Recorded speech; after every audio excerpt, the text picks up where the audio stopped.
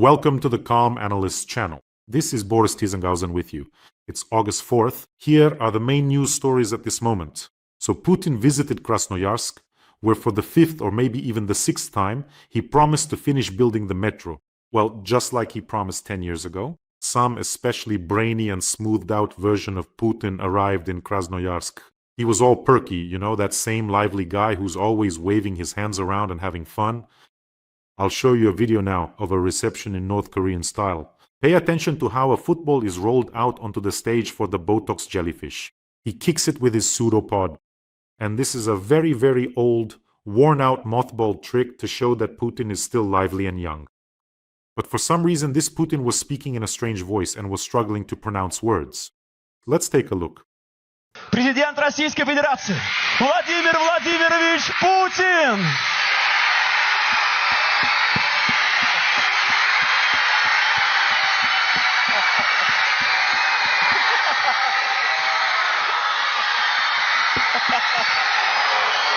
Здравствуйте, дорогие мои. Добрый день. Спасибо. Я очень рад вас всех видеть. Приятно очень встретиться с теми, кто проявил себя самым лучшим образом в поиске себя самого и своего дела в будущей жизни, в будущем России. Хотел бы обратить ваше внимание, что за годы, в течение которых мы проводим большую перемену.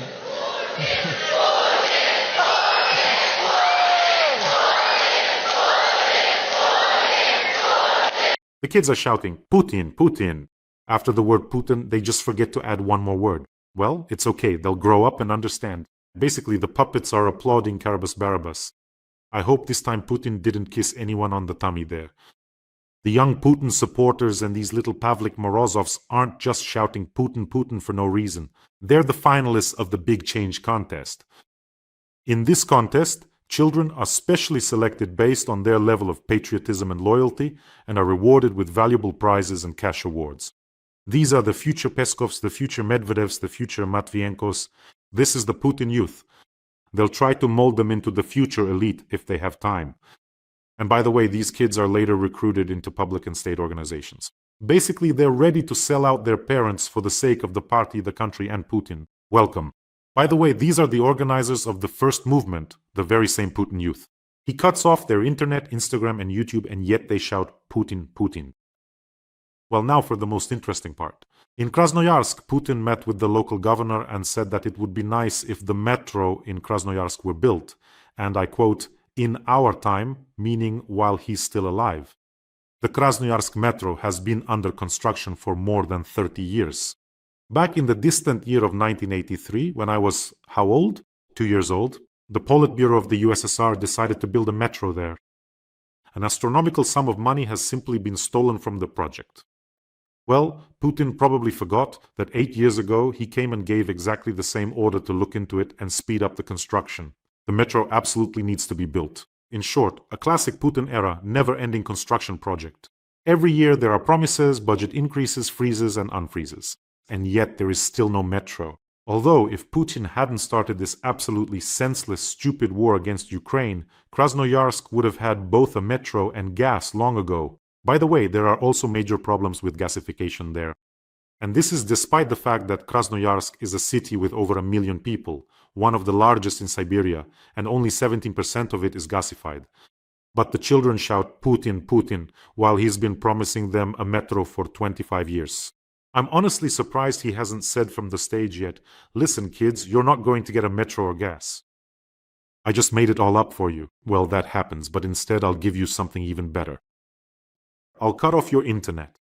And the young Putin supporters, hooray, Putin, Putin. And also, so you don't get bored, kids, I'll send your dads off to a senseless war and have them killed there. That's the kind of action we'll have, my young viewers. And hooray, the kids are shouting again. By the way, friends, don't forget to subscribe to this channel. It's important. You can do it right now. It helps promote the channel. We're fighting Putin's propaganda, so let's do it together. So make sure to subscribe. Meanwhile, while the balding Spirochet is kicking a ball on stage, yet another Wildberries warehouse is burning in Russia. This morning, drones struck the Wildberries logistics center in Krasny Bor, Leningrad region. The warehouse covers an area of 154,000 square meters. This was the last of the key logistics centers of the Wildberries company in the Leningrad region. And the capacity of this warehouse allowed for the simultaneous storage of up to 60 million units of goods. Let's watch the video.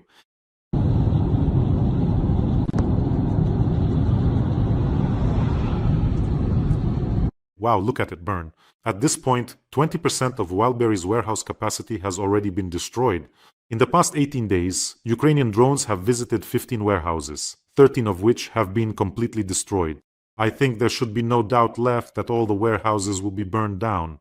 And not just Wildberries, but also Ozon and Yandex, Market and all the others. One burned warehouse won't stop the war. But if such losses become widespread, they increase the cost of waging war for the Russian Federation and reduce the country's economic resilience. Every burned Wildberries warehouse is not just a fire. It's a direct hole in the military budget. The scheme is simple. The seller loses their goods, can't pay taxes, and can't repay their loan. The bank ends up with bad debts. The bank has less money left to buy government bonds, which are used to finance the war. So, a single warehouse isn't a problem, but when dozens are burning and businesses are going bankrupt en masse, it's not just a blow to logistics, it's a blow to the state's ability to finance the war with its own money. Drones are burning not just square meters, they're burning the tax base, the creditworthiness of the banking system, which is exactly what the military budget relies on. And Ukraine is simply performing incredible feats. It's hitting the Russian Federation so hard that even the nuts are rattling. In every episode, we have an important fundraiser for Ukraine's defense forces. Today, we are continuing to raise funds for EcoFlow charging stations for the favorite unmanned systems battalion of the 107th Brigade. They are currently carrying out combat missions in the Pokrovsk direction near Dobropilya. It's a very difficult direction, but our soldiers are hitting the occupiers back really hard. The fighters have recorded a video message for you. Please take a look. Ми, військовослужбовці 2-го батальйону безпілотних систем «Фаворит», виконуємо бойові завдання по знищенню ворога на Покровському напрямку та в районі Добропілля. Звертаємось до Бориса Тисенгаузена та спільноти каналу Бориса з проханням допомогти закрити збір на придбання зарядних станцій для АКБ ударних дронів. Слава Україні! Героям слава! Let's support the favorite unmanned systems battalion. The link to the fundraiser is in the description of this video. There are mono, private, and PayPal options for those who want to help from abroad. And in every episode, I thank you personally and on behalf of the hundreds of our defenders whom you have already helped. Thank you so much. The QR code in the corner for those watching on other channels also leads to the fundraiser. And here's a very telling piece of news, just very telling. Wildberries is building 260,000 square meters of warehouses in Kazakhstan, and I think it's actually much more. Do you know what this means? Well, first of all, Wildberries is moving to Kazakhstan, relocating all its warehouse operations. Well, not all yet, some remain in Russia, but those will soon be burned down. So a significant portion of payments might stay there, not in Russia. But the main takeaway is this. Business no longer trusts the government when it comes to protecting Russian territories. So if Wildberries is quietly sneaking out of Russia for now, how long do you think it will be before everyone else starts to flee? They'll just say, well, it's just not safe here, so we'll build our warehouses over there. This is a verdict on Putin's system. That is, Putin's legitimacy was built on one simple promise. The state is armor, it is power, it protects. Of course, it doesn't protect democracy or rights or the economy. What it guarantees is physical security and stability. That's how it's always been. In exchange, of course, for the loyalty of society. This was the foundation of the social contract since the year 2000. You, Russian citizens, stay out of politics, and we guarantee that tomorrow will be just like yesterday. Well, at least not worse. And when one of the largest businesses in the Russian Federation admitted that the risk of placing assets in Russia had exceeded the acceptable threshold, well, that's it. It's all over. So, to put it simply, Putin is no longer able to protect Russia, and Wildberries says we're leaving for where it's safe.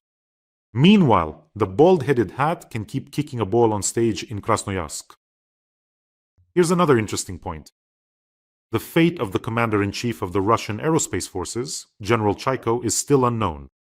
Remember, there was an explosion at an Italian restaurant in Moscow. Chaiko still hasn't made contact. Where is he? Probably if everything were fine with him, they would have shown him by now. Here's my question. I watched the news on Russian channels. At first they said it was a gas explosion, then they started to avoid the topic, but it was still an explosion. In other words, they said there was an explosion in the restaurant. But why not call it a pop? It's in moments like these that the absurdity of Russian propaganda becomes perfectly clear. Just imagine in an Italian restaurant, yes, in an Italian restaurant, there was a pop and military generals were blown to quarks. By the way, there's another important point. The Wildberries warehouse in the Samara region, which was attacked on the 2nd, has completely burned down. 160,000 burned to the ground. What a pity. Ukrainians would never in their lives have rejoiced over burned Russian warehouses if those bastards hadn't attacked and tried to destroy our country. Ukrainians are one of the most hospitable and peace-loving nations. As long as they're not attacked, of course. But as they say, it's not just about Wildberries. That's not all. The cherry on top. But in this case, it's probably more like a real watermelon. Last night, Ukraine's defense forces struck a temporary FSB unit deployment point in the village of Shaslivtseve, Henichesk district in the occupied Kherson region. The village of Shaslivtsev, well, for the FSB officers it didn't turn out to be very happy after all. It's located on the Arabat spit, about 20 kilometers from Henichesk. After the occupation of southern Ukraine, this area became one of the most important hubs for Russia. According to intelligence data, an FSB unit base was operating in the village of Shaslivtsev, which was set up on the grounds of the seized Express Resort. It turned out to be, an express ticket straight to hell for the FSB officers. A direct ride to the concert of you-know-who. They're still clarifying the losses there, but it was hit very seriously. I think the FSB officers really got what was coming to them. In fact, all the resorts, hotels, and recreation centers on the Arabat spit have been seized by the occupying administration, and personnel from both the National Guard and the FSB have been housed there. It's a key strategic hub there. When I was studying the map, one hotel complex stuck in my memory. It's called Poplar Paradise. I don't know what the owners meant by that. Poplar Paradise. And I'll remind you, Wildberries staff were forbidden from bringing in phones with cameras so they wouldn't record fires and strikes, so there wouldn't be such a pretty picture. That's really sneaky, to be honest. They want to deprive us of all this beauty. And in general, I want to ask, why does Wildberries hate Ukrainians so much?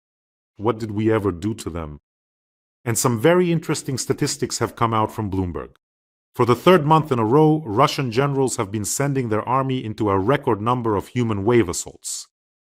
According to Bloomberg's calculations, it turns out that compared to May, the number of assault operations has increased by 60%. Despite this, with each passing month, the amount of territory captured becomes less and less. In other words, there are far more casualties, but the results are minimal. Last month, the Russians actually broke a record, over 40,000 killed and wounded. Why has the elimination of the occupiers accelerated? Because the Russian military leadership is in a big hurry. And according to sources close to the Kremlin cited by Bloomberg, the generals of the General Staff promised Old Man Kabayev that they would be able to fully capture the Donetsk region by the end of the year. Now here's the most interesting part. Let's solve a simple problem. So, we know the rate at which the Russians are occupying territory. It's decreasing, but the numbers are clear. We know the number of losses suffered by the Russian army, and we know how much of the Donetsk region has already been captured by the Russians. Let's turn on our level 80 pedant mode and solve a simple problem. So, at this pace, it would take Russia another 4 years and 3 months to fully capture the Donetsk region. And here it's important to note that the Russians' pace is noticeably declining. And at this same pace and with the same level of losses, Putin would have to sacrifice another 2,200,000 killed and wounded Russians. Can you even imagine where he would get them from? Even mobilization wouldn't help in this case. And that's not even taking into account all sorts of surprises like Ukrainian ballistic missiles, burning depots, or the blockade of the Black Sea. And Ukraine certainly knows how to deliver surprises. But it's not just Ukraine that knows how to deliver surprises. Instead of trips to resorts, Russians will be offered patriotic tourism featuring heroes of the special military operation. This is not a joke at all. The government of the Russian Federation is offering citizens patriotic tourism as an alternative, with guides drawn from participants of the so-called special military operation. This is a very important direction for the development of domestic tourism, declared Prime Minister Mishustin at the presentation of the tourism project Svoi Put, one's own path. Their own final path. It envisions the creation of a comprehensive ecosystem for the development of patriotic education, combining an educational system for the heroes of the special military operation and centers for patriotic tourism. According to the plan, the instructors will be participants of the special military operation with practical combat experience. See what an interesting idea this is. I had an episode where I talked about how prisoners were pulled from the very depths of hell in prisons and sent to fight in the war against Ukraine. And then they would even come back as heroes. What kind of monsters are there? And then, in fact, these heroes would kill again in Russia, then be sent back to war, and then get pardoned again. Well, that's not a problem for Russian society, is it? By the way, according to the most conservative estimates, these heroes of the special military operation who returned to Russia have already killed and maimed about 800 people. Well, I think many people can imagine what will happen when they all come back. What a wonderful initiative this whole thing is, with instructors and tour guides. By the way, the hero of the special military operation, Dmitry Malishev, could make an excellent tour guide. He is known as the Volgograd cannibal. In 2015, he was sentenced to 25 years for killing an acquaintance. After the murder, he cut out the victim's heart and ate it, filming everything on video. He was sent from prison to the war, pardoned by Putin, and has already returned home as a hero. What a wonderful tour guide he would make. That would truly be a miracle. Someone would definitely find their own path. Or take Ivan Niparatov from the Moscow region, who received 25 years in prison for 5 murders, robbery, and other serious crimes. He was sent to the war and received a pardon. Later, the Russian authorities even reported that he was awarded a medal for bravery. Well, 5 murders. How could you not reward that with a medal for bravery? But of course, all of them are nothing compared to the chief maniac of all Russia, who has already destroyed 1.5 million Russians. Here's another piece of news to add to the mix. The ball with which Putin passed to the hosts of the Big Change contest, where he was waving his damp little feet in Krasnoyarsk, that very ball will be made an exhibit in the Museum of the First Movement. My God, what a personality cult. What are you talking about? I once read the impressions of Russian children who traveled to children's camps in North Korea. And there, Russian children recounted how North Korean kids were woken up much earlier. In fact, at 6 in the morning, they would go outside with little cloths and carefully wipe down the statues of Kim Jong-un, his father, and his grandfather. What do you think? When will the Putin youth in Russia be ordered to polish the leader's statue with cloths? Wipe it, boy, wipe it, or else your father will be shot. After Putin left, the old gasoline prices were reinstated in Krasnoyarsk. The thing is, along Putin's route, gas stations displayed last year's prices, as if to say there's no fuel crisis at all. Putin left, and the prices went back to normal. See what kind of magic that is? Putin passes by, and the prices immediately drop there. It's just some kind of miracle. Soon the underground heel will start to ooze myrrh altogether. Meanwhile, oil refining in Russia has dropped to its lowest level since 2002 after the explosions and smoke incidents. That's wonderful news. I think it will drop even further. No one is forgetting about the oil refineries. They're hitting the warehouses, hitting the refineries, and now they've reached the fleet. In short, there are enough drones for everyone. And you, friends, take care of yourselves and your loved ones. Subscribe to this channel, don't forget. And let's help our soldiers from the favorite unmanned systems battalion of the 107th Brigade. The link to the fundraiser is in the description of this video. Have a peaceful day, everyone, and glory to Ukraine.